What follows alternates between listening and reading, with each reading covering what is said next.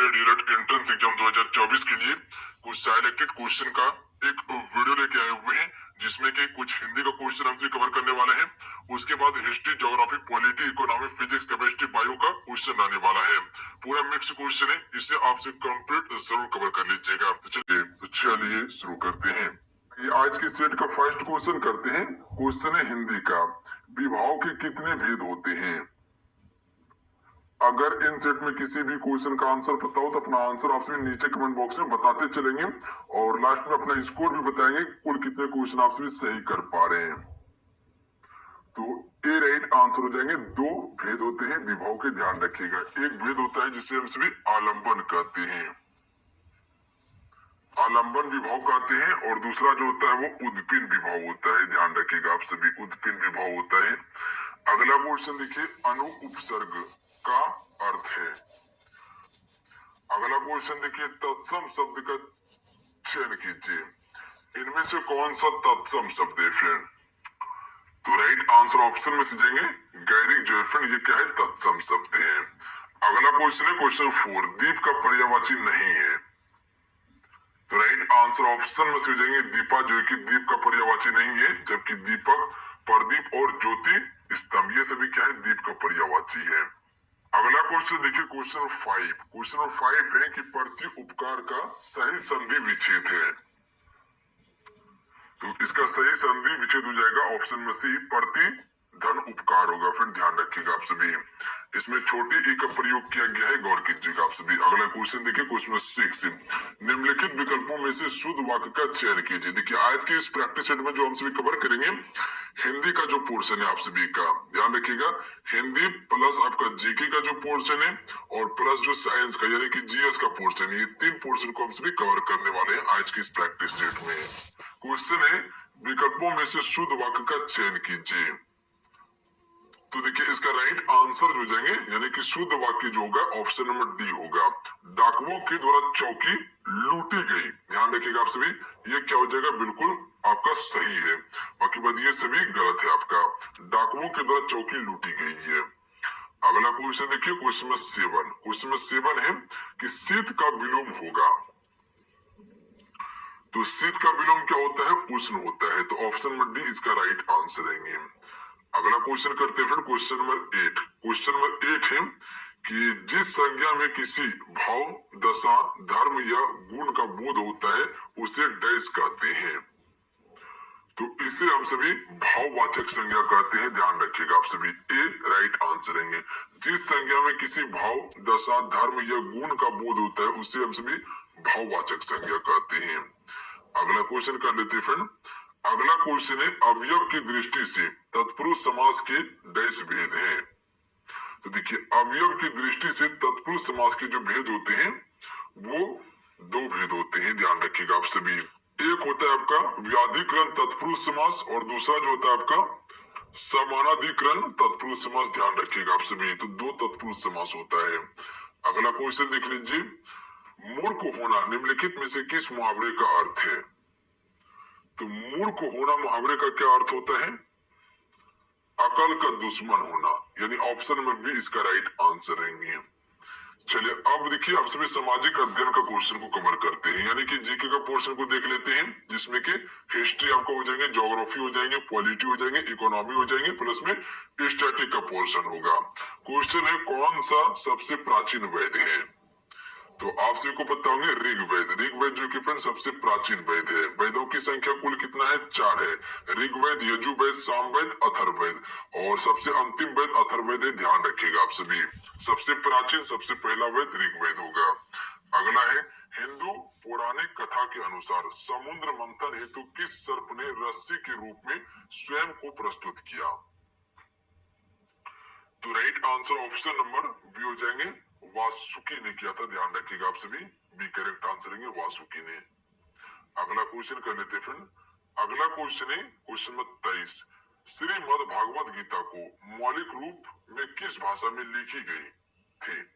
श्रीमद् भागवत गीता जो है मौलिक रूप से ये किस भाषा में लिखी गई थी? तो इसका राइट आंसर ऑप्शन में हो जाएंगे संस्कृत भाषा में लिखी गई थी। ध्यान रखिएगा आप सभी, किस भाषा में लिखी गई थी? संस्कृत भाषा में। अगला क्वेश्चन कर लेते हैं फ्रेंड। अगला क्वेश्चन है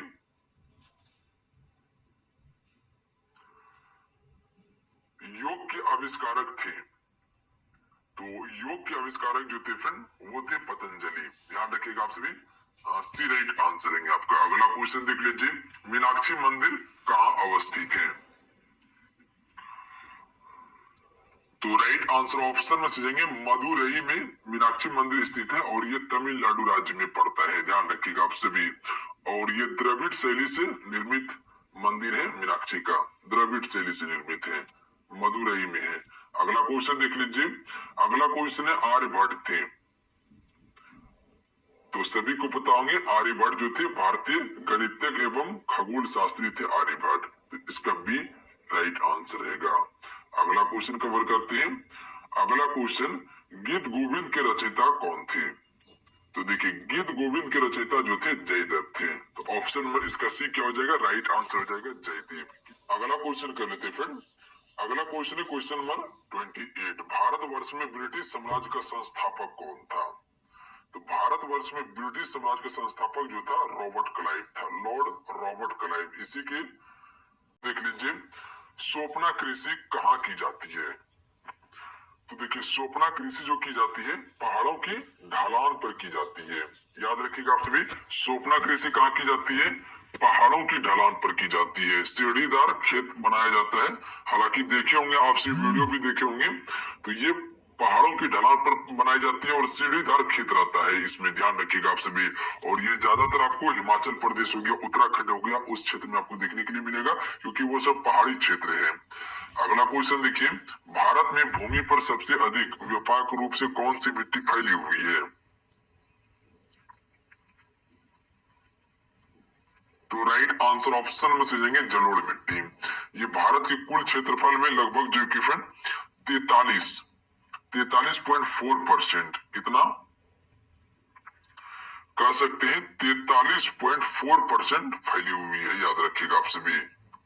अगला क्वेश्चन देखिए, भारत की अधिकांश आबादी किस क्षेत्र से अपनी आजीविका प्राप्त करती है? राइट आंसर ऑप्शन में हो जाएंगे कृषि क्षेत्र से करती है। ध्यान रखिएगा आप सभी। भारत में क्वेश्चन क्या कहना चाह रहा था कि भारत के सर्वोच्च न्यायालय का परामर्शदायित्व अधिकार से प्रयुक्त होता है कि वह सार्वजनिक महत्व के कानूनी या तथ्यात्मक मामलों में राष्ट्रपति को परामर्श दे सकता है। कौन? सर्वोच्च न्यायालय। अगला क्वेश्चन देख लीजिए। अगला क्वेश्चन है, भारतीय संविधान की प्रस्तावना में धर्मनिरपेक्ष एवं समाजवाद शब्द जोड़े गए थे। तो भारतीय संविधान की प्रस्तावना में समाजवाद और धर्मनिरपेक्ष जोड़े गए थे 42वें संविधान संशोधन के द्वारा। याद रखिएगा आप सभी कि संविधान संशोधन के द्वारा 42वें संविधान संशोधन के द्वारा जोड़े गए थे। अगला क्वेश्चन कर लेते हैं फ्रेंड। अगला क्वेश्चन है कि निम्नलिखित में से भारतीय संविधान के किस संशोधन द्वारा अनुच्छेद 19A(c) में सहकारी समितियां शब्द जोड़े गए या जोड़ा गया? तो right answer option number C हो जाएंगे 57वां संशोधन अधिनियम 2011 के द्वारा जोड़ा गया था। याद रखिएगा आप सभी, सी राइट आंसर है। ठीक है फ्रेंड, आपसे वीडियो को लाइक करके आप सभी शेयर जरूर कीजिएगा अपने दोस्तों में। आप सभी से रिक्वेस्ट है इतना सा काम आप जरूर कीजिएगा। जो भी आप व्हाट्सएप, फेसबुक ग्रुप या टेलीग्राम ग्रुप में जुड़े हैं आपसे वहां पर इस वीडियो को जरूर शेयर कीजिएगा। और आप सभी से रिक्वेस्ट है आपसे वीडियो को लाइक जरूर कीजिएगा। कोहरा, बादल, कुहासा डैश के उदाहरण है। तो ये जो उदाहरण है एरोसॉल का उदाहरण है। ध्यान रखिएगा आप सभी। एक करेक्ट आंसर है। अगला क्वेश्चन है, भारत के प्रथम एवं अंतिम भारतीय गवर्नर जनरल थे। तो राइट आंसर ऑप्शन में से जाएंगे सी राजगोपालाचारी जो फ्रेंड ये भारत के प्रथम एवं अंतिम भारतीय गवर्नर जनरल थे। ध्यान रखिएगा आप सभी। क्लियर है? अगला क्वेश्चन देखिए, अगर यही क्वेश्चन पूछा जाता कि भारत स्वतंत्र भारत का प्रथम गवर्नर जनरल तो लॉर्ड माउंटबेटन होता। अगला क्वेश्चन देखिए, स्वराज पार्टी का गठन किया गया था। तो ये किया गया था C.R. दास तथा पंडित मोतीलाल नेहरू के द्वारा किया गया था। ध्यान रखिएगा। स्वराज पार्टी का गठन हुआ था 1923 ईस्वी में। ये दोनों के द्वारा किया गया था। अगला क्वेश्चन देखिए, भारतीय स्वतंत्रता अधिनियम the Indian independence act British संसद द्वारा पारित किया गया। तो ये पारित किया गया था जुलाई 1947 ईस्वी में। अगला क्वेश्चन कर लेते हैं। अगला क्वेश्चन है, निम्नलिखित में से कौन कभी भी भारतीय राष्ट्रीय कांग्रेस का अध्यक्ष नहीं बना? तो right answer option number A हो जाएंगे बी जी तिलक, जो कि फ्रेंड ये कभी भी भारतीय राष्ट्रीय कांग्रेस के अध्यक्ष नहीं बना था। जबकि बदरुद्दीन तैयबजी, जी.के. गोखले, सुभाष चंद्र बोस ये सभी भारतीय राष्ट्रीय कांग्रेस के अध्यक्ष रह चुके हैं। अगला क्वेश्चन देखिए, डॉक्टर अंबेडकर एवं गांधी जी के मध्य हुए एक समझौते को कहा जाता है? तो इसे पूना समझौता यानी पूना पैकेट कहा जाता है, ध्यान रखिएगा आप सभी। अगला क्वेश्चन देखिए, अगला क्वेश्चन है, वन अनुसंधान संस्थान कहाँ स्थित है? तो ये स्थित है देहरादून में, याद रखिएगा। वन अनुसंधान संस्थान कहाँ है? देहरादून में। अगला है, भारत में किस राज्य में सर्वाधिक कोयले के भंडार है? तो भारत में सबसे अधिक कोयले के भंडार जो है वो झारखंड राज्य में है। अगला है, भारत के किस राज्य को सिलिकॉन स्टेट के नाम से जाना जाता है? तो सिलिकॉन स्टेट के नाम से जो जाना जाता है कर्नाटक को जाना जाता है, ध्यान रखिएगा आप सभी। और याद रखिएगा सिलिकॉन का ही प्रयोग हम सभी कंप्यूटर के आईसी चिप बनाने में प्रयोग करते हैं हम सभी। अगला देख लीजिए क्वेश्चन नंबर 44, किस महाद्वीप में जनसंख्या घनत्व सर्वाधिक है? देखिए एशिया महाद्वीप में जो कि फ्रेंड जनसंख्या घनत्व सबसे अधिक है। अगला क्वेश्चन देखिए, भारत में राज्य पुनर्गठन आयोग की संस्तुति के आधार पर राज्यों का पुनर्गठन किस वर्ष किया गया? तो देखिए राज्यों का पुनर्गठन जो किया गया था 1956